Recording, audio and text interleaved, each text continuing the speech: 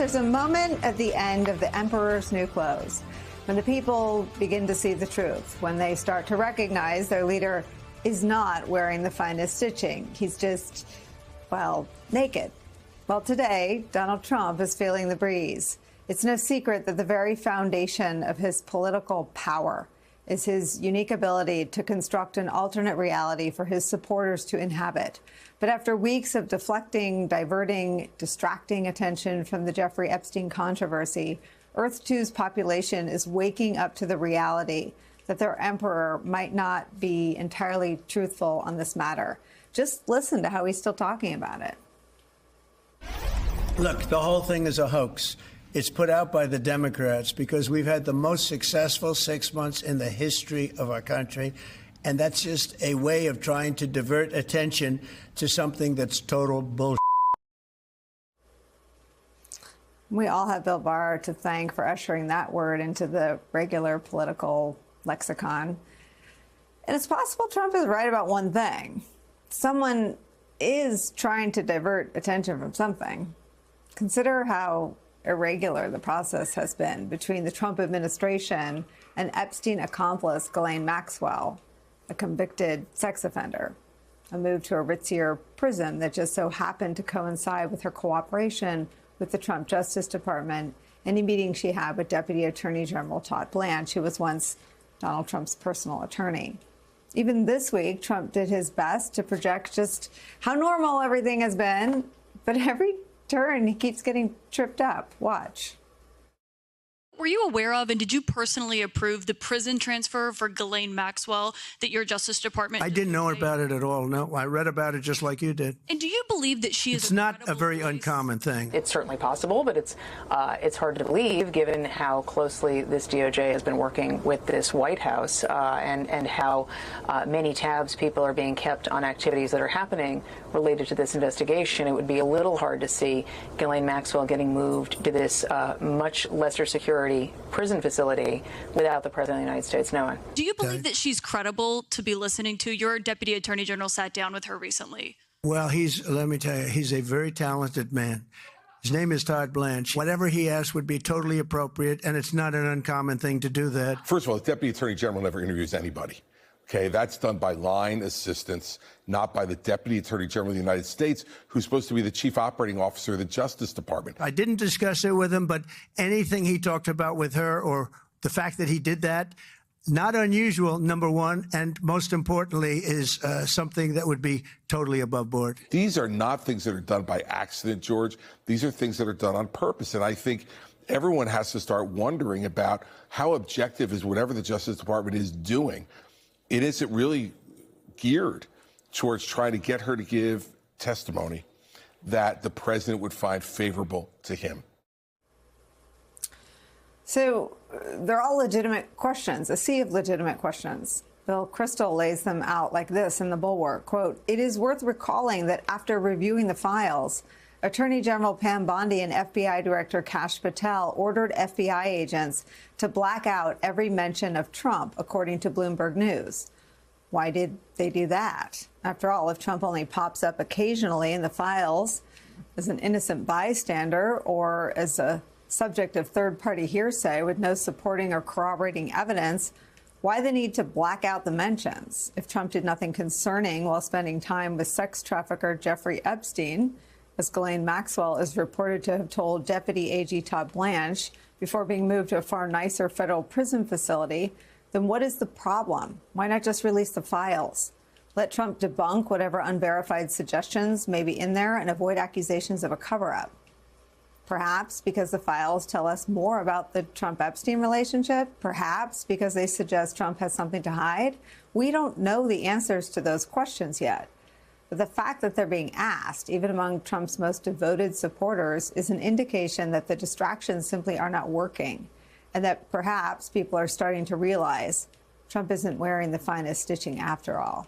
That is where we start today with some of our favorite reporters and friends. Staff writer at The Atlantic and author of The Atlantic Daily Newsletter, David Graham, is here with an incredible new piece on this very topic. Also joining us is opinion writer for The New York Times, MSNBC political analyst Mara Gay, and Puck News chief political columnist, MSNBC national affairs analyst John Heilman is here. John, I'm going to start with you because you've sort of been my wingman on this story, which I was very late to. I have to say, I covered it during the first term as a heinous crime that was being investigated and prosecuted, and a lot of the victims made harrowing appearances on the Today Show, and I remember watching them in tears. But I hadn't really understood something that you helped me understand, how central this cover-up and Trump's role in unpacking it was to Trump's base. And I wonder where you see that push and pull now that members have been sent home because of the Epstein story. I mean, the reason they were sent home to their districts where they are right now early was because Speaker Johnson wanted to get them out of Washington. But they're being confronted with questions about this, everyone from Nancy Mace to Congressman Flood and beyond. Well, first of all, I'd like to thank you, and I mean that in the most sarcastic way possible, with that opening script of yours, which summoned up images. Just can we not do images of Trump and naked? You know, the emperor has no clothes at the end. Like, I just, you know, the two words Trump and naked, I would just rather not have them in the same, not just the same sentence, but the same paragraph, the same show. If we could just like stay away from that. I know you got, you know, I understand the appeal of that imagery, the emperor in his new clothes, but it just takes me to a place I don't want to go. Fair. I think that you're asking all the right questions, and part of my the challenge here continues to be the absence of the questions are mounting, right? The questions are getting greater and greater and more pointed because the answers are not getting any clearer, but the questions, the sheer volume of them and the obviousness of them is making it kind of difficult to reach any conclusions just on the logical basis other than what I've been saying to you all along, which is, you know, Trump is taking on water on this matter in a substantial way. He's taking on water across the board. This is, you know, you were talking about a lot of the polling yesterday on the show. We see it, you know, in his losing ground with young men. We see it across the board in his approval ratings. We see it anecdotally in these town halls. We see the manosphere turning against him. We see all these things happening, and you know, Trump has always had a very acute sense of his own, of what moves his base, what moves his core support. He knows that this is a dangerous issue for him, and yet he continues to do things that only make the situation worse for him, that only raise further suspicion, that only raise more of the questions that we're talking about here, which when someone, again, Trump is not the most rational creature in a lot of cases, but when it comes to his political survival, he's always been very rational, and he's made trade-offs all along the way in order to maintain the strength that has kept him in our politics and at the forefront of our politics for the past decade.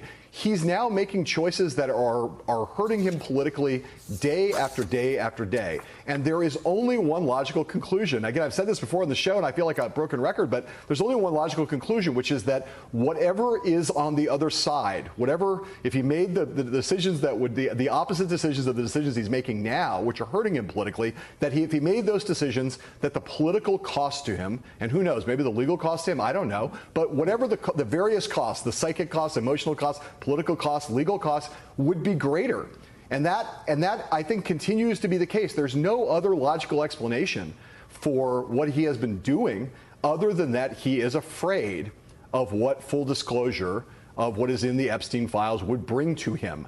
And I think that his base sees that They are very, as you said, intimately connected to this story and to this issue. They care about it a lot. They listen to what he said. They listen to what Kash Patel said. They listen to what Dan Bongino said. They saw Trump appoint those two guys to the top two positions at the FBI. They had a lot of reasonable expectations about what would happen, and now they are seeing very clearly that they are being gaslit and lied to, and that Trump is doing things that are not in his own interest, and they are asking the same questions we are and drawing the same logical inferences. They are not conclusions. They are not based on facts, because we don't have the answers yet, but they are coming. This is a rare moment where you and me and the Trump base and anybody who's being logical are all in the same place. They're like, something stinks here. And that's, I think, just inescapable. In a gripping political drama unfolding in real time, former President Donald Trump finds himself increasingly exposed, much like the emperor in the classic tale, as questions surrounding his ties to Jeffrey Epstein and Ghislaine Maxwell unravel his carefully crafted narrative. The transcript reveals a growing skepticism among even his most ardent supporters, who are beginning to see cracks in the alternate reality Trump has long constructed. His political power, built on a foundation of unwavering loyalty and media manipulation, is now under strain as the Epstein controversy refuses to fade, raising legitimate questions about transparency, accountability, and possible cover-ups within his administration. For weeks, Trump has attempted to dismiss the Epstein saga as a Democratic hoax, a distraction from what he claims is the most successful 6 months in the history of our country. Yet, the mounting irregularities surrounding his administration's handling of Epstein's accomplice, Ghislaine Maxwell, have only fueled suspicion. Maxwell, a convicted sex offender, was controversially transferred to a lower security prison, a move that coincided with her reported cooperation with Trump's Justice Department.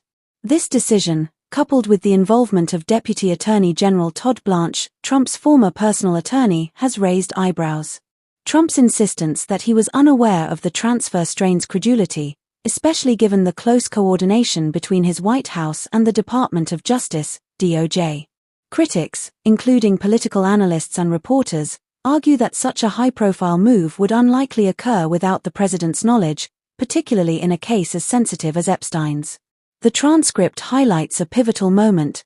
Trump's deflections are losing their potency. His base, once fiercely loyal, is now grappling with uncomfortable questions. Why, for instance, did Attorney General Pam Bondi and FBI Director Kash Patel order FBI agents to redact every mention of Trump in the Epstein files, as reported by Bloomberg News? If Trump's interactions with Epstein were merely incidental, as he claims, why the need to obscure his name? These actions, combined with Maxwell's reported meetings with Blanche, suggest a deliberate effort to shield Trump from scrutiny, prompting speculation about what the files might reveal. As Bill Kristol noted in The Bulwark, the redactions and prison transfer raise the possibility that the files contain damaging information about Trump's relationship with Epstein, a known sex trafficker. The political fallout is palpable. House Speaker Johnson, wary of the growing scandal, sent Republican lawmakers back to their districts early to avoid further questioning in Washington. Yet, representatives like Nancy Mace and Congressman Flood are facing pointed inquiries from constituents, reflecting a shift in the public mood. Even the manosphere, a key demographic in Trump's base, is turning against him, with approval ratings slipping and town halls becoming battlegrounds for accountability. Polls indicate Trump is losing ground, particularly among young men, a group he once dominated. Analysts like John Heilman, Mara Gay, and David Graham, featured in the discussion, underscore the gravity of the situation. Heilman, in particular, argues that Trump's actions, doubling down on denials and making politically damaging choices, suggest he is desperate to avoid the consequences of full disclosure. The absence of clear answers only amplifies the questions, creating a rare alignment between Trump's critics and his base, who are beginning to feel gaslit. The Epstein case, with its harrowing victim testimonies and high-stakes implications, has become a litmus test for Trump's credibility. As the controversy deepens, the narrative of Trump as an infallible leader is fraying.